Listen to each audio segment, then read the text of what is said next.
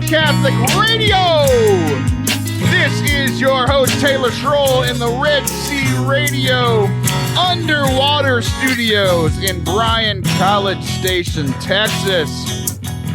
It is a mint day outside, and we have the okayest priest in all of the Pittsburgh area coming back as co-host, Father Anthony Leandro Sciarappa. Padre, how are you, man? I'm doing well. It's not a bad made-up Italian middle name. It's not made up. That's your middle name. Stop trying to push that away. Oh, okay. We'll go with that then, sure. What's your middle name? My middle name is Raphael, like the Ninja Turtle. The priest says Raphael the Ninja Turtle, not the Archangel, not the great artist that Raphael the Ninja Turtle was named after. The Ninja Turtle. Exactly. Guys, if you have never met Father Anthony, it's because you live under a rock. Also, if you're just meeting him, welcome back from above the rock. And also, you just learned everything you ever need to know about him. Yep, that's about it right there. Yesterday was a very special Sunday on the church's calendar, Father Anthony. What did we celebrate yesterday? Yesterday was the fourth Sunday in Ordinary Time. It was also the feast day of Saint Blaise, but we probably forgot about that because Sundays squash lesser feast days. Yeah, that was the only thing that happened yesterday. More importantly, it was one of the greatest feast days. You know, St. Blaise is a lesser feast. Like, actually, at the Mass I went to, he wasn't forgotten. I got a blessing from my throat, which I always need that blessing. My throat hurts, and I don't know why. Like, I don't do much yelling. I'm not sure why my throat always hurts. But we got that blessing at the end of Mass. I liked how simple it was. Mm-hmm. It was like, they were like, okay, today we're going to do the special sending off blessing for the Mass of St. Blaise. And like, I don't have it word for word in front of me, but it was something like, or through the intercession of St. Blaise, we ask that your throat feels better. Amen. That's basically it, yeah. So actually, I did the same thing. So for the final blessing, I did that blessing. I also gave out a curse. So I was giving out the blessing at the end of Mass, and I realized that the pews were like half full in comparison to the beginning of Mass. Just a lot of people at this one parish I'm at, they always leave early. So I said to the people there, you guys get a blessing and you will be healthy for the rest of flu season. Everyone who left early, they're all getting the flu tomorrow. That's how this works. So I gave a blessing and I gave a curse at the end of Mass. Send my curse upon you.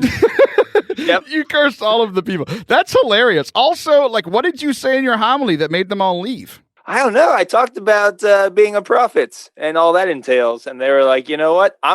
Maybe they were so excited to go accept their baptismal call as prophets, they had to just leave early and go prophesy and preach the good word of the Lord. Maybe that's why they left. That's what it was. They had to go tell it on mountains. I have this thought recently, and I need your help. I don't know. I haven't looked it up either, which means you haven't either. Okay. Is like going to tell it on a mountain, like proclaiming something from that, is that verbatim in scripture somewhere? Do you have any idea? I'm sure it is. Yeah. Or proclaim on rooftops. Jesus said something about on rooftops. Okay, here's my theory. Rooftops would be great because, like, rooftops, there are people there. Makes sense. Rooftops, like, there's people there. Like, it's a great place to project your voice. I've always had a problem with go tell it on the mountain. And, like, you could be mad at me if you find out that it's scriptural. Fine, whatever. I'll change my mind. But, look, so here's my position. I'm like that meme guy. I'm sitting at my table that says go tell on the mountains is stupid. Change my mind. And I'm open to having my mind changed. But, like, go tell on the mountains. No one is there. You're just sort of like, Jesus is born. Like, no one lives there. But what if you yodel? If you yodel the word of the Lord from the mountain, that makes it easier to hear. Tell it on the mountain. Is that yodeling? I'm not sure what yodeling is. Do I sound like the Walmart kid? I think that's Texas yodeling, what you just did. Go tell it on the mountain. Isaiah 52:7. How beautiful on the mountains are the feet of those who bring good news. Okay. So it's implied that they're giving good news on the mountain there. And that's as good as you're going to get from me right now. What's really funny is that's as good as we're going to get, and you said it over me playing the I Will Send a Curse song again, so no one heard you. Oh, so what was that scripture again, Padre? Isaiah 52:7. How beautiful on the mountains are the feet of those who bring good news. Okay, that's fine. Like you can carry the good news from one side of the mountain to the other, where all the people live on the other side. So you haven't changed my mind yet. But okay, so what time was this Mass? Do you have any idea? I had a Mass at 8 o'clock, and I had a Mass at 11 o'clock a.m. Okay, so it wasn't the great feast day that was the reason they were leaving. Like St. Blaise, the minor feast day, Fourth Sunday, Ordinary Time, minor feast day. It was the feast of the great Super Bowl yesterday. Like I knew that's where you were going with this, but I just didn't want to acknowledge it. I love watching the pained faces of people when they know where I'm going and they have nothing that they can throw at me to stop me. Yeah, I tried to delay you with that story. I did everything I could. I Googled things about scripture, and Father Anthony Raphael Sciarappa Googled scripture. Like that's how far you went to try to derail my idea. Yeah. It's like I don't want to talk about the Super Bowl. I love the Super Bowl. I'm a big sports fan. But that game was quite boring. That's what I heard. That's what I saw on Twitter. Lowest scoring game of all time. But you'll actually be proud of me, I think. I know. Okay, so first of all, why didn't? Well, if you're not proud of me for this, thing, will you be proud of me, Father? See that? It was a good joke because you're actually Father. Okay. Yes. Why didn't you watch the Super Bowl? What's wrong with you? It's just I didn't watch like any football games all season. So basically, my dad's from Cleveland, so they never make the playoffs. So who cares? And my mom's not a football fan, and so even though I live in the great city of Pittsburgh and it's a big deal for us overall, for me personally, it's just not a big deal for me. Okay, fine. I guess it makes sense. It's the one day you work a week on Sundays, and that's when most of the games are. What do you do the rest of the week? Text you about what we're going to talk about on the next Forte Catholic, and I just kind of pray about that the entire time. Like, how can I be a better co-host for Taylor Schroll? And do you think that is working? I mean, think about how bad I would be if I didn't spend all that time. Yeah, that's terrifying. That's terrifying. Yeah. The Super Bowl, I watched it. This is why you'll be proud of me. I had friends over. That maybe you should be proud of me. I actually have friends still. That's the real miracle in all of this. Yeah, a little bit proud. Yeah.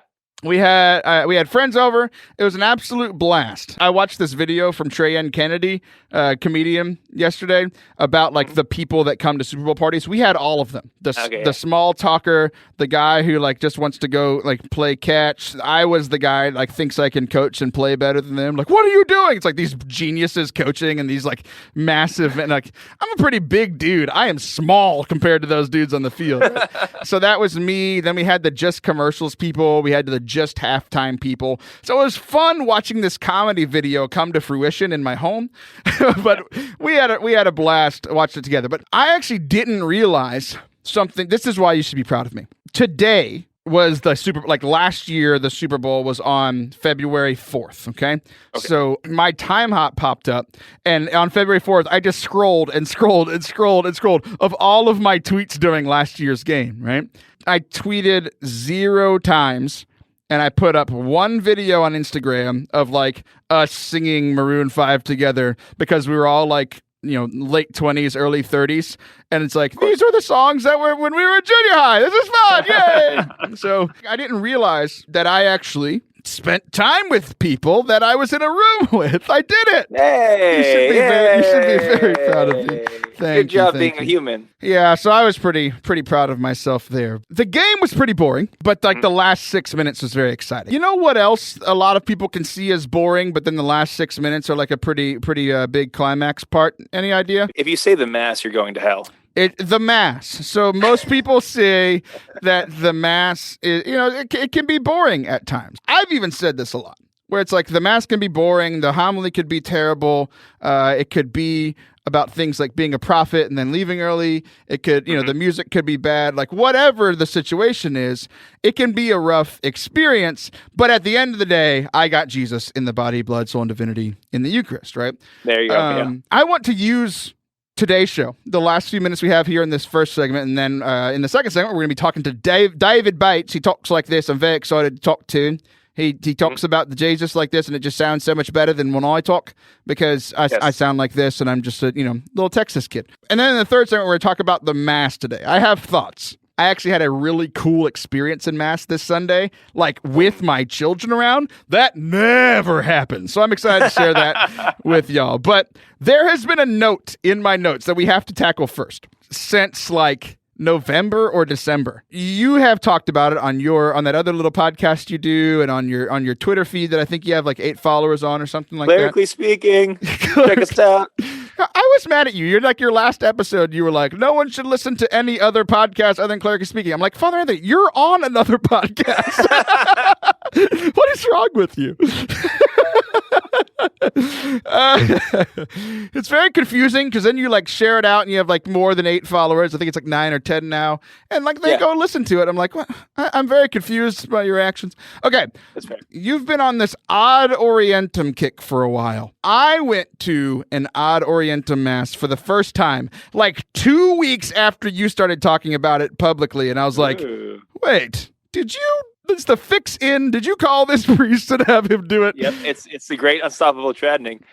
Taylor, what is odd Orientem? What is that? I was about to ask you that same question, but okay. You want me? This is my understanding. You tell me how wrong I am. It's when the priest does what a lot of my friends did in junior high. They turn their back on the people. So that's what I see as odd Orientem. Yeah. So some people would describe it as that, but it's from the Latin, basically meaning towards the east. And the idea is that instead of facing the people during the Mass, the priest faces with the people towards God, symbolically speaking, toward the east. It might not be exactly directionally east, but the idea is you're facing towards God together with the people. Okay, rebuttal. You've already kind of addressed one rebuttal, but not good enough. Okay. It's like the word means look east, and then I like pull up my compass on my phone, and it's like northwest. I'm like, no, you need to have a silly Latin word for northwest that you need to tell me. Like exactly, yeah. And it's like it's symbolic. I'm like, then why does it matter? And then the second rebuttal. Okay, I don't remember it. Keep going. So basically, most of the ancient churches, when they first started building them, they started building them facing east so that the people and the priests could face east.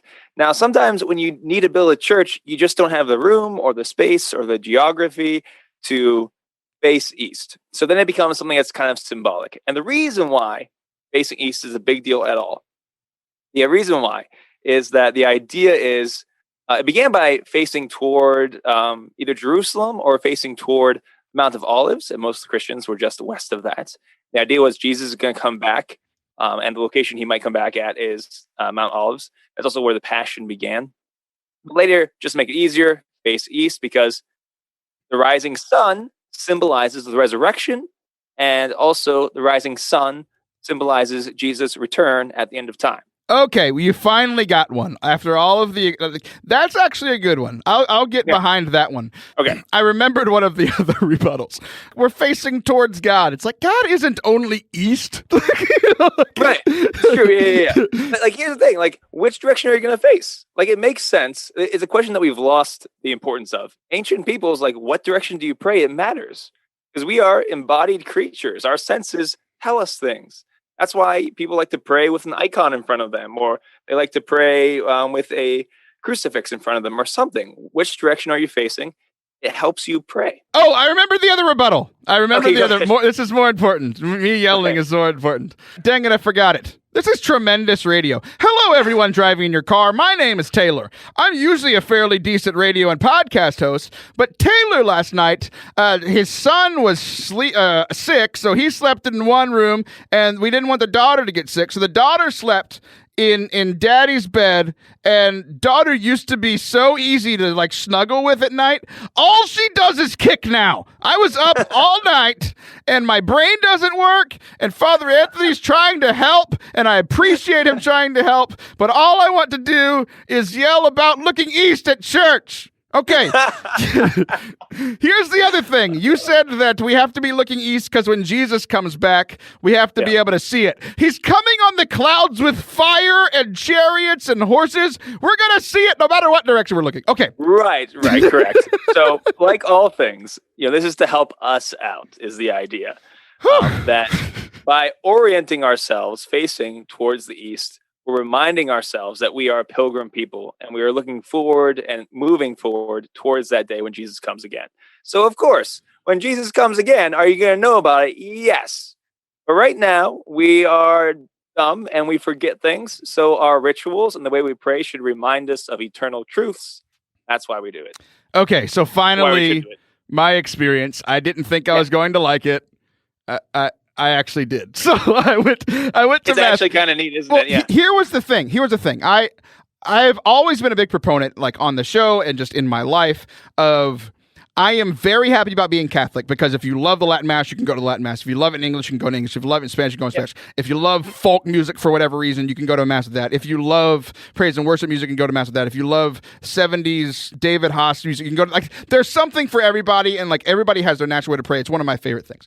The reason I liked Ad Orientem was because for me it was different and it was new, and it took me out of my routine at Mass, and I started being able to focus on different things. One, it made me focus more because I was like, oh, this is interesting. What's going on? This is my first experience with this. So I was pretty attuned to it. But also, like, I started being able to pray with some of these things, like, oh, the priest is representing Christ for us. And I was like, a lot of these things that are true that I don't, like, struggle with believing, but it was just another avenue to understand those things. So I'm totally down with it. And I liked the balance, because I've said before, like, I'm not a big fan of Mass in other languages, whether it's Spanish or Latin or whatever. I'm a big words person, so I like understanding the words, but I like some of these old traditions coming back within the English Mass, and I actually did appreciate it. So with all that yelling, I actually did kind of enjoy it.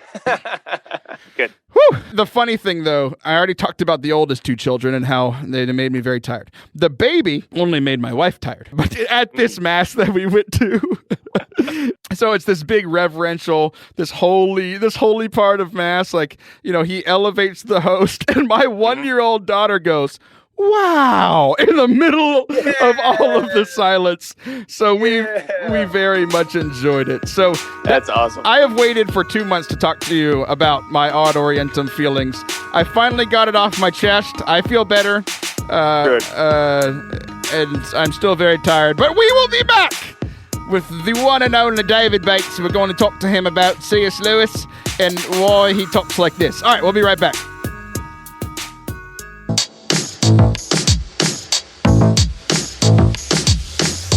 Welcome back to Forte Catholic. This is your host, Taylor Schroll.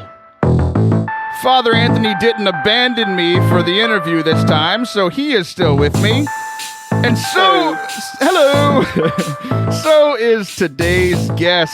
I guess that we've been trying to get on the show since 4/28/2018. 4 is what month, Father Anthony?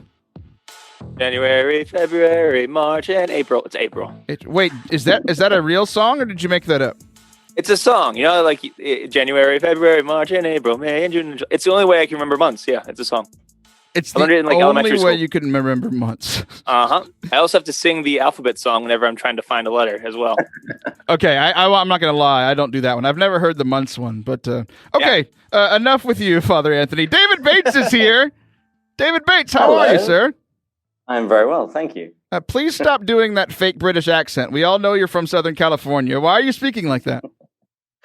Because I was born and raised in England before I came to bless America with my presence, fine tea, and sophisticated ways. Okay, very good. You're very sophisticated. But I do have to point out, you're trying to poke fun at America, but you chose America over England. So, I mean, you already won our argument for us. No, I'm just in mission territory. When people ask me why I came here, I just say I'm a cultural missionary.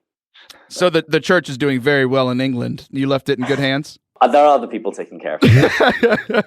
We'll let God handle that. Okay, so this is strange how we met. We have mutual friends in the guys over at the Catholic Man Show, and they messaged me with no context and said, you should be friends with David Bates and have him on your show. And I was like, I don't know what that is, but I friended you on Facebook, and then I sent you a message, and this is the message I sent you. So I've never interviewed a self-proclaimed unemployed hobo. That's all I said. And you replied, well, you should interview someone that I don't know. And I said, I don't know who that is. Then you finally started figuring out what you're doing. In Facebook Messenger, it says who you are and then your title. That was your title. Why were you a self-proclaimed unemployed hobo? Because I think at the time I had quit my job in Seattle, went to England, then on to Spain to walk the Camino de Santiago. So I had walked across Spain, and then I came back to America. And I was without a job for a while and was an unemployed hobo. I'm very proud of you. But a little bit after that, I did get a job again. So I like nice things. So I decided I'd probably better get a job.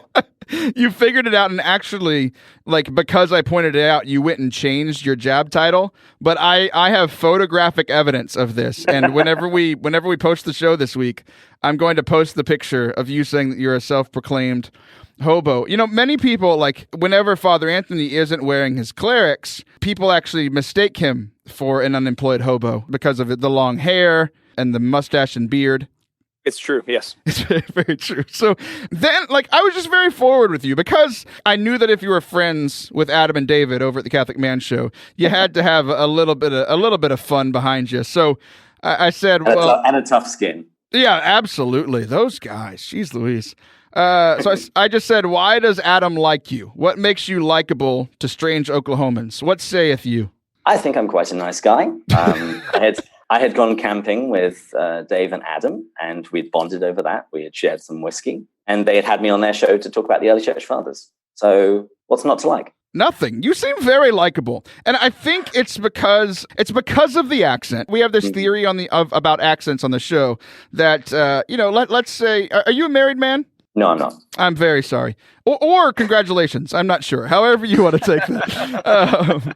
So it's work in progress. Yeah. So like my wife probably thinks I'm a 6 or 7, but if I had an accent, it'd be like an 8. It always adds 2 points, right? For you, you didn't use it in looks. You used it because you're very bright and you share the faith in a very bright way, the very opposite of Forte Catholic. So we like to have a little bit of yin and yang, which is why we had you on.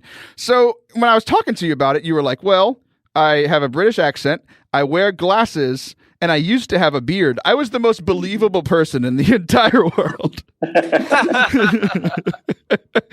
Yes, when I moved back from Seattle, I shaved off my beard because I live in San Diego, where you don't need a beard because it's sunny the entire time.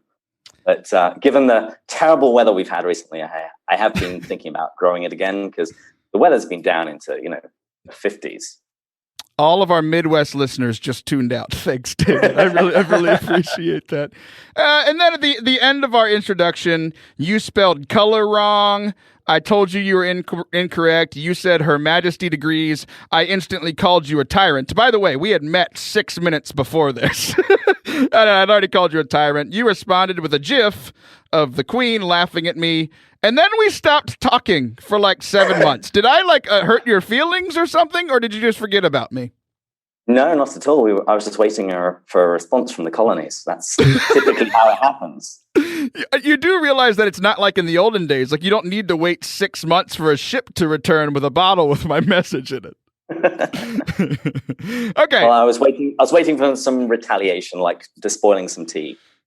Yeah, I will dump all of your tea out in some lake because apparently that's what we do when we're angry. America. As long as it's Lipton's, I don't care. You think it was Lipton's tea they threw out into Boston, huh? No, but it was the only tea that I could find for the longest time when I first came to America. All right, so let's talk about what you actually do. You have this website called Restless Pilgrim. I believe it's .net. It's very impressive. Yep. And then you do a podcast as well. So first of all, what is a Restless Pilgrim, and am I one? You are quite possibly one. I chose the name because I had just started this website after moving to America, and all of my friends and family back in England were thinking that I was losing my mind. But I've always felt very attracted to the idea that there is something within us that knows that we're not made for this world. And that means no matter how good anything is in this world, we know that we were made for more. And so I thought of myself as a restless pilgrim. And when I went into the early church fathers, I found this idea throughout them, particularly in the early days. In the Epistle to Diognetus, the author says that Christians, they don't have any of their own cities. They put up with everything as foreigners. He says every foreign land is their home, and every home a foreign land. They spend their days on earth, but hold their citizenship in heaven. So that idea has just always been very attractive to me, and it's generally been how I've approached theology. I told everybody at the beginning of this that you were much smarter than Father Anthony and I. No one on this show has ever said anything close to the Epistle of Diognesis. Like that, I'm like 50-50 that exists, but because of your accent and glasses, I 100% believe that exists. And again, I'm very proud of you. So the restless part, like I get the pilgrim, but like you are a pilgrim, and then like, you know, we had the spiritual side as well. Like we don't belong here. The restless part, I feel restless often. So what is that piece of it for you? Well, I think if you went into Augustine in the Confessions, it's that famous line. He says, "You made us for yourself, O Lord, and our hearts will wander restless until they rest in you." Now, part of that resting in God happens when we become a Christian. But it's a constant abiding that we need to keep coming back to. But it's also a preparation for the resting in God for eternity. And that kind of resting is only going to happen with the beatific vision when we're in heaven with God. So this side of the veil, always expect a little bit of restlessness, because all of the great things of this world, all of the wonderful things that God has given us, they weren't meant to be ends in themselves, but to point to him and to an eternity with him, which was the very reason for which we were made. So yeah, speaking of St. Augustine, it says you have on your website, you have two podcasts. One, The Restless Heart, which I assume refers to Augustine, and then The Eagle and the Child, which I believe is a reference to Tolkien. What are those two podcasts about? So The Restless Heart, that went into a little bit of, that went into mothballs when my co-host moved.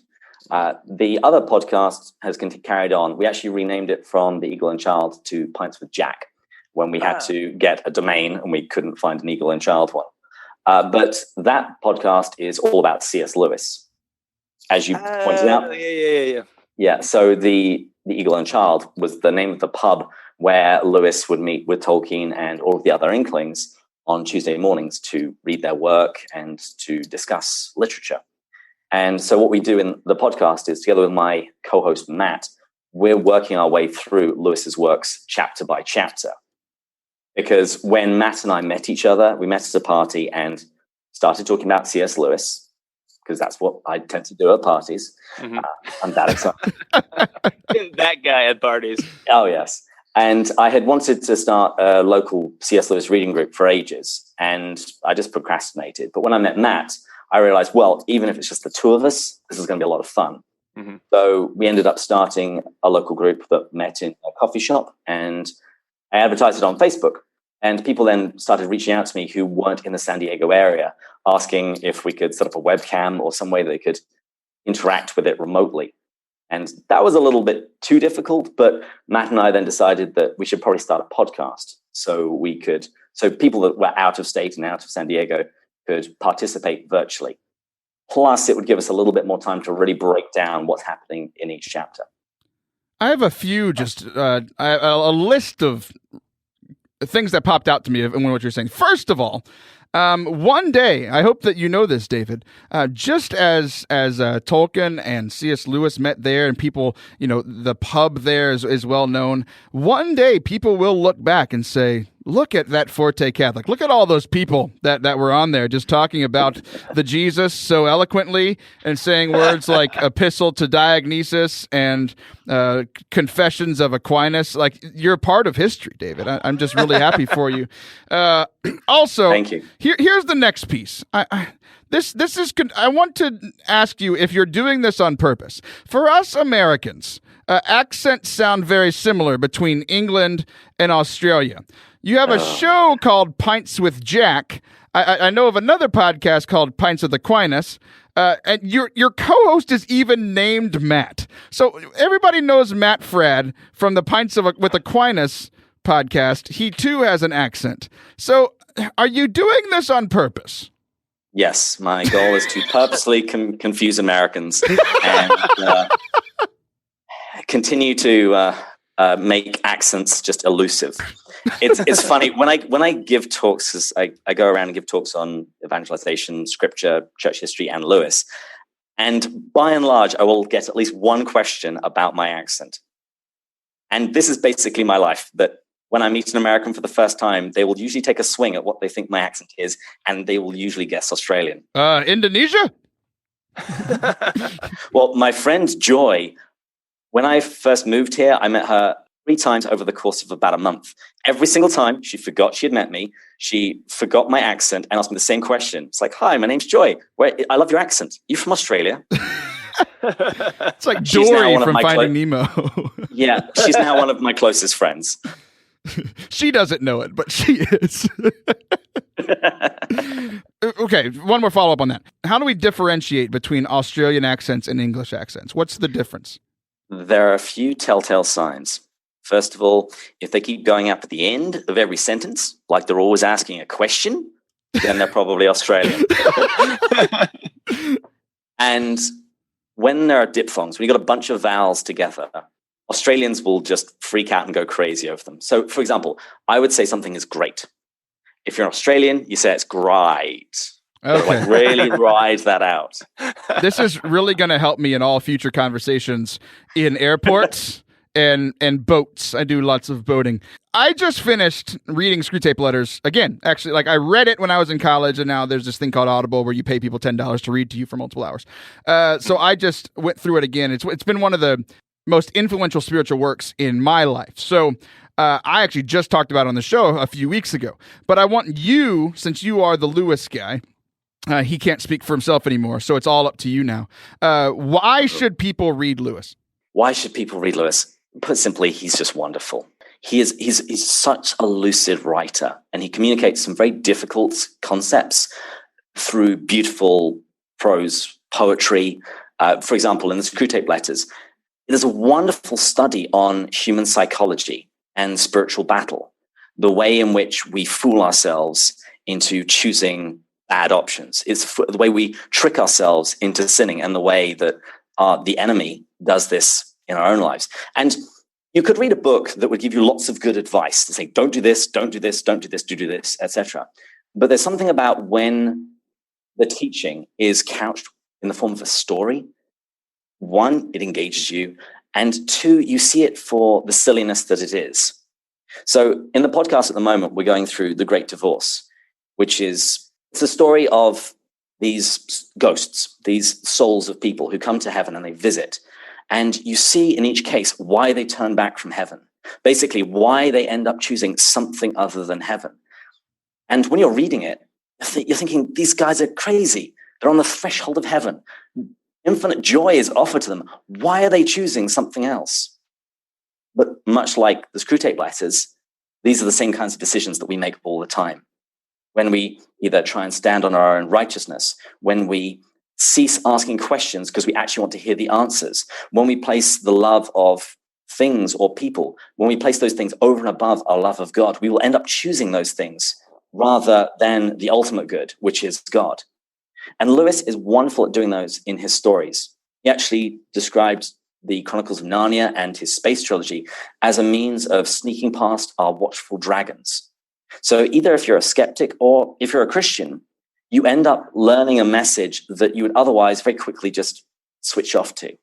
You would stop paying attention, but a story draws you in and helps you learn that lesson more deeply. Yeah, I totally agree. I guess Great Divorce is going to have to be my next book because I just love Screwtape so much. I fell in love with Narnia. We're about out of time, but I do have one follow-up question for you in regards to Narnia. I don't know if you or anybody else has ever thought of this, but there's this lion in the book. Have you ever, I just had this great spiritual breakthrough. I believe he is the character of Jesus. Have you or anybody else in the study of Lewis ever made this connection? I have heard that some people try and make that argument, and I think it's a good one. Although we would have to be very careful not to call it allegory, because Lewis would not have said this was allegory. He described it as an imaginative supposal. He says, let us suppose that the second person of the Trinity wanted to incarnate himself into a world of talking beasts. What would that be like? And Tolkien would talk about applicability. What we're doing is we're seeing this play out and then learning deep spiritual truths from it. And he's brilliant at it. And I've actually picked up a couple episodes of your show, and I have really enjoyed it. So how can people go find that? The one-stop shop is pintswithjack.com. There you'll find links to our podcast. We're on all the major platforms. And we're also about halfway through releasing a series of videos. We have a 12-part video series where we're just talking about some of the major themes inside mere Christianity. And so our goal in releasing that was for people to watch an 8-minute video, realize that Lewis has something of worth to offer, and then they listen to the podcast and listen to a half-hour episode, and then realize that Lewis is such a genius that they should go out and buy the books or pay people at Audible to read to them. There you go. Well, I'm going to do it. Guys, go check it out. All righty. We will be right back for our final segment of the day. David, thanks so much for coming on. Thank you for inviting me. All right. We will be right back in 3 minutes. Don't go anywhere.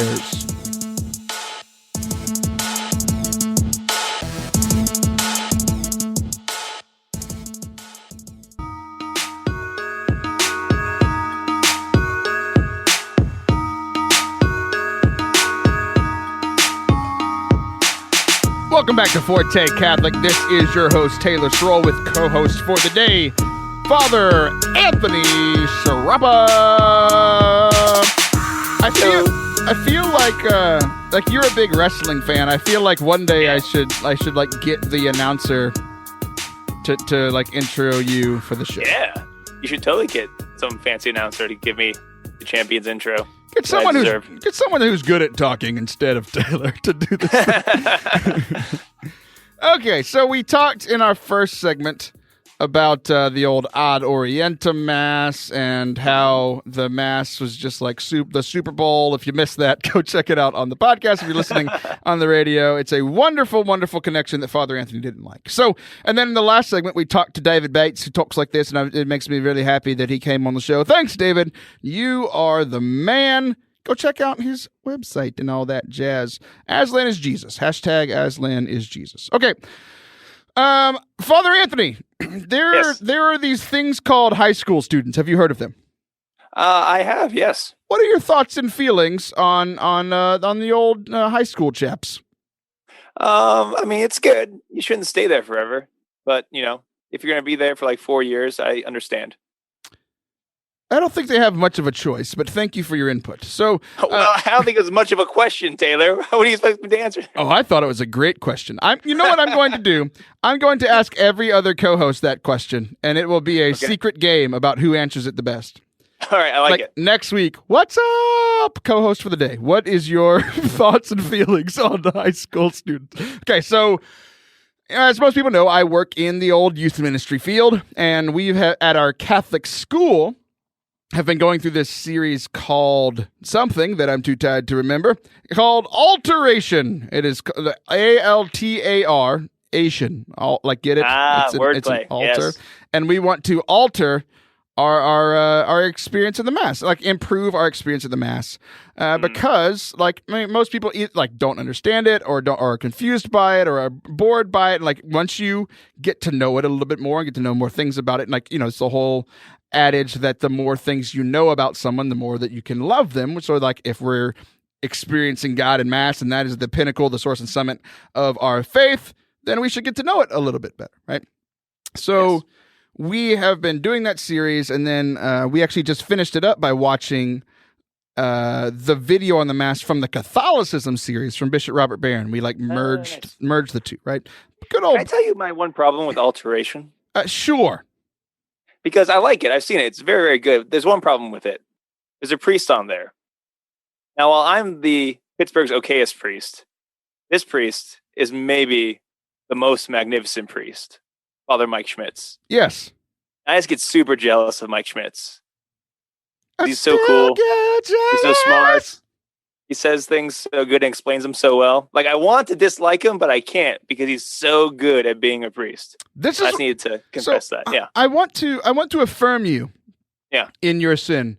Because because when I am jealous of someone, yeah, like you said, you want to dislike him, but you do. I just dislike the people like that. I like Father Mike. He's a good dude. But you're so like even in your struggles, you're a good person. I'm so proud of you. You gotta give it to him. You gotta give it to him. He's just a great priest. So he is phenomenal. It's funny because our kids call him the cornfield priest. The what? The cornfield priest, because in Alteration, I think it's the first video where they see him. He's like running in these like wheat or cornfields, and they're like, "Where's that priest going?" You know, where is he running? You know where he was going, and this is going to be a callback to our first segment. He was going to tell it on the mountain. He was running through the valley. Beautiful. How beautiful the feet of Father Mike Schmitz going to tell it. You know who else likes Aquinas? Oh, dang it, I messed it up. I was trying to do a transition that you do on your show. You know who else likes running through fields? Aquinas. I ruined it. That was definitely an F. You failed that transition. I did. Y'all get an F every other time y'all do it. So I feel we were honest with ourselves. I feel like I'm a part of the crew now. Okay. So we've been watching this, and I really I had seen the Alteration videos before, but the Catholicism series with Bishop Robert Barron, I had never seen that one before. So like I'm watching this video and I'm like, wow, I didn't know that. Wow, I didn't know that. Wow, I didn't know that. I sounded like my 1-year-old daughter in Mass. Wow. I was really, really excited about all of this. So the first note that I have, I think is pretty funny because I got into an argument because I was confused with your co-host of Clerically Speaking. I was like, What are you even talking? Words matter. So I think we might have talked about it on the show, but I'm going to say something and I'll have you explain it. Bishop Robert Barron said, liturgy is useless. Now, that's an odd thing for a very good bishop to say. What does he mean, Padre? So liturgy is useless, meaning it's not used for something else. Like a hammer is useful because it's a tool you use for something else. A painting is not useful. It's just good to look upon the beauty of the painting. It's useless in the sense that it's not used for something else. It's good just being what it is. I now understand it. See, this bothers me just a little bit because I explained it to you, and so did Father Harrison over Twitter, and you just refused to listen. But some big fancy bishop says it in a fancy DVD, and you're like, "Oh, what a great point! No, that's so amazing. It changes the way I think about Mass." Oh, I my still goodness. don't like it. I still don't like. No, you're not listening. I still don't like it. Like I understand it more now. And here's the thing. I want you to just backtrack a little bit in what you just said. Okay. We explained it to you on Twitter. Like that's the greatest way to explain this thing that I'm not understanding. Hey. He did it in a video with churches behind him. He wins. You should be jealous of him, but not too much, so as not to sin. Yeah, so that was the first thing. The liturgy is useless. I mean, that's a great way to start off a video about the liturgy. The liturgy is useless. Oh, okay. So we even talked about it with some of our high school kids, and like even after he explained it so eloquently, we still had some conversations with our high school kids. Like, what does he mean, right? Because there was a good follow-up question for one of our kids, and I was like, I think I have that same question. Like, don't we? Like, I get the higher form of the Mass, like it's useless in that it doesn't have a use. It is good in its own sense. But like, aren't we supposed to kind of use it in a way to grow closer to God?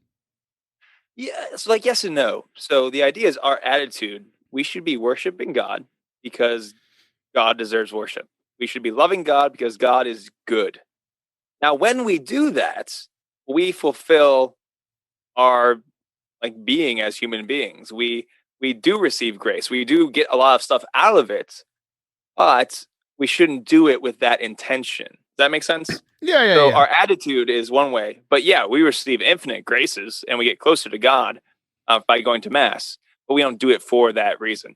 It's just like if you're looking at a beautiful painting, you might it might lead you to contemplation of the person that's painted or the landscape. You might get something out of it, but it's just good in and of itself. Okay, so you talked about beautiful painting. I started thinking immediately again about the Super Bowl yesterday. Right beforehand, Gladys Knight sang the national anthem, the Star Spangled Banner. I have a confession to make. I cried during it, Aw. And I have no idea why. Like it was really good. And I was tearing up, and I like went to go tell my wife, and I could not talk. Like I was like, and like it's been 24 hours. I still have no idea why I cried. I think that's something you need to bring to your spiritual director, Taylor, and just discuss what moved your soul to cry at the national anthem. I'm meeting with him tomorrow, but I have to reschedule, so maybe I won't. Yeah, I don't know. I thought you were going to help, but you. I mean, I could. Basically, I can make stuff up. Hey, making stuff up is like half my job. You just sit back, okay?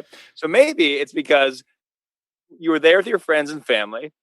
They were singing the national anthem. I was by myself. It's because you. Oh, okay, whatever. But you're still with your family, and because that anthem reminded you of your home and the fact that you can do these things in freedom, and it reminded you of Texas, the America of America, and you welled up with gratitude that you live where you live and you can do what you can do. Maybe that. Or maybe it was jealousy because I wanted to be her in that moment. Okay, yeah, sure. That works too. Maybe we had the same confession today. I'm not quite sure. Hey, look, we finally did it. I finally did a confession with you over the internet. You are not forgiven. Nothing is forgiven. Thank you. You also told me I'm going to hell earlier. That was wonderful. I mean, I strongly implied it. No. You said you are going to hell if you say the Mass. And I said the Mass. So it wasn't implied at all. Yeah. Okay. Yeah. I see where you're going with that. Sure. I'm not going anywhere. It's already there. Okay. The next great point from the Mass. Let's get back to this. A lot of this stuff in this series, because the whole point of this series is like again, to learn new things and be reminded of other things that we already knew, but that we've never really prayed with or haven't recently. So Bishop Robert Barron, again, so eloquently said, the fallen world is so defined by its division, and gathering brings us back together, and we sing together as one. And this brings us kind of back to like some of the tradition that I think has been lost in our church. Like there's a lot of individualism, like in myself as well, right? Like even going to Mass, it's like I want to grow closer to God in this Mass, not I want to be a part of this community that is worshiping God together, right? And so that hit me pretty hard, where it's like we are divided in our world. We all know that. But not only did he say that this gathering brings us together, but like they showed in the video, they showed people in Africa, they showed people in America, they showed and then kind of like I mentioned earlier, like all these different expressions of faith. They had an African American choir, they had people hitting bongos in Africa, they had like a Mass in New York City, and like all these different people. And it's like race. Like the poor, the rich, the pretty like me, the mediocre like you, like we can all come together. We can all come together at one in Mass. I thought that was a pretty interesting point. Yeah, I agree. All right. There's a story of a hoity-toity Englishman who was converting to Catholicism, and he was still a young man, and he was telling his mom this, that he's going to convert to Catholicism, and she goes, fine. The only problem is you'll be worshiping with the help, implying that the Catholics in England were poor. Like that was the one thing that bothered her, because at the Mass, the poor and the rich worship together. And it was just kind of, just to further push that point. Yeah. Yeah. It's like it was in the gospel or something. I mean, like, right? It's kind of crazy that we all kind of have blinders on certain spots about the gospel. We should read it pretty often and be like, how am I not living this out today? Because every chapter, there's something you ain't doing right, something I'm not doing right. So read your Bibles, people. This was pretty interesting. I had a great experience at Mass with my entire family, like children are surrounding me and all over me. I had a great experience at Mass this weekend with my family for the first time in a very, very long time.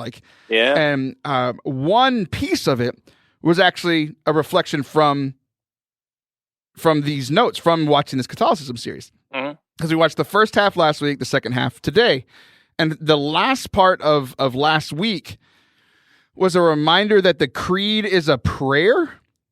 Because like even like in the last 6 months or so, like when all the scandal stuff broke, like I even talked on the show about how the creed meant so much to me that next week. That like, despite everything else going on, it was like, this is me publicly, and all of us publicly saying, this is what I believe in, and I'm standing firm in this. I believe in one God, the Father Almighty. I believe. And like, it was more of a statement of faith, and it always has been for me, which is a part of it. But I just kind of forgot that it was a prayer. Yeah. Yeah, right. And it's just so strange. It's like, what do you, like, you thought we took a break, Taylor, from the Mass, which is all prayer, and just like, we're like, I want to tell all these other really Catholics. Point, yeah, I want to tell all these other Catholics that I believe this. And they're like, no way, me too. That was David Bates, actually. I was in Mass with him. Yeah, I just thought that was pretty interesting. Yeah, it's good because, to be honest, that's probably how I normally default think of it too. It's just like, oh, this is the stuff we believe. But no, we're continuing to pray through that our belief would increase, all that good stuff. So yeah, that's a good point. I like it. Yeah, me too. It wasn't mine, by the way. I'm just relating all these things that I learned from Bishop Robert Barrett. So, the next part was pretty interesting. We heard this part today. I thought a lot about our Super Bowl party last night because, like, this is another thing where I felt really dumb when I listened to this video. It said that, like the Mass is like a dinner. Like you have people over for dinner, you greet them, you talk to them. You get, and then you eat together, like if you're at a dinner party, right? And I was like, sure. Super Bowl party. All these people came over, they walked in, we greeted, we talked to each other for a while, and then after a few minutes, like all the food was ready, like we all ate together, then we went in, then we just continued talking. And I was like, the Mass is like a Super Bowl party, or it's like a dinner party, right? And this is what Bishop Robert Barron was saying. It's like the first half of the Mass, liturgy of the Word, is this conversation. I always thought it was this one way, like God talking to us, but like so often he speaks like in the readings, like in the Psalms, we all respond. In the Alleluia, we respond. And then like, I just thought it was just really interesting. He's like, this is the conversation. And then we have the meal in the Eucharist. Yeah. So I'm going to constantly always think, and now that football's over, I'm going to be very sad. I'll be like, it's okay. I'm going to a Super Bowl party every Sunday at the old Mass. So isn't that beautiful? So beautiful. So I guess the last thing that I will say is the importance of that old body of Christ. There was a Flannery O'Connor.